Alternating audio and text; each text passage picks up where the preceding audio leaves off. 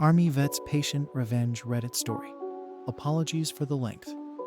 All names have been changed to protect the innocent. This is actually a story my dad told me about one of his childhood friends, George, who recently passed away. Dad and George grew up in a booming city in what's now known as the Rust Belt. You were pretty much guaranteed a job at the major car plant in town.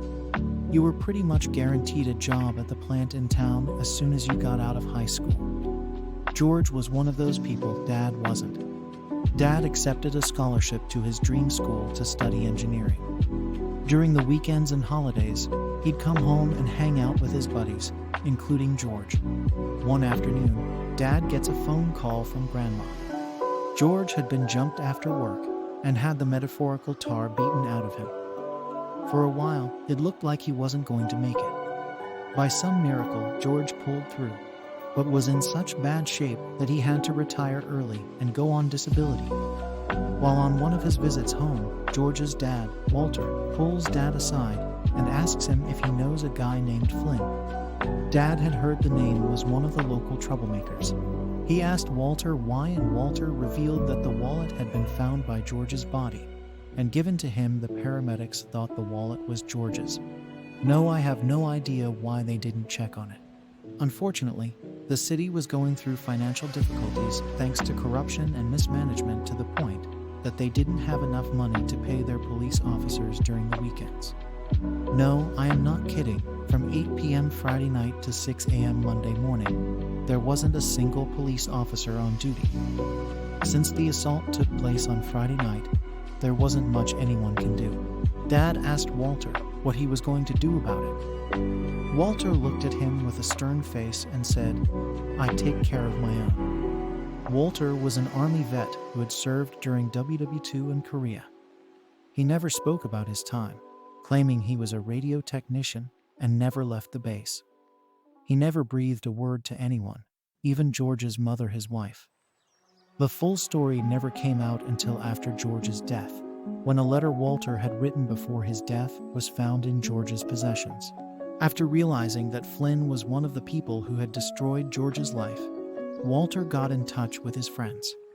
He was a personable guy, you know the type, the kind who makes friends in 5 minutes. They all agreed that something had to be done, and thus Operation George's Revenge was born. Walter and his friends began observation of Flynn and would keep tabs on him. It took several weeks, but eventually Flynn and his buddies Mac and Zeno were overheard bragging about the attack. Knowing who to attack, they moved to the next steps. Walter's friends, some of whom worked in high places, decided to make some phone calls to their friends in the plant where all three worked. See, these friends were Union State was closed shop at the time, and disgusted about what happened to George, they decided to make things difficult for them. They'd remove vital tools for emergency maintenance at the last minute, put them in positions they weren't good in, and rearrange the schedule so they got the worst shifts. To name a few. They also began a whispering campaign so everyone at the plant knew what had happened. In this city back then, who you knew and what everyone thought you've done was enough to make or break you. The goal was to get them to quit. And after a year or so, all three had quit, frustrated with how they were being treated. But Walter and his friends aren't done. Not by a long shot. A few phone calls and anonymous letters later, Flynn, Mac, and Zeno were unemployable in the district. Because they hadn't been fired, they weren't entitled to severance or anything. Soon their money ran out, but they couldn't get out of town because everyone knew from the whispering campaign what they had done to George. For the rest of their lives, Walter and his friends kept an eye on Flynn, Mac, and Zeno. Just when it appeared that they had an out, the Whisper campaign would start again, and they'd be denied an out. The three men ended up homeless and destitute alcoholics who couldn't even get state aid. And this is an estate that is known for its generous aid for those in bad straits.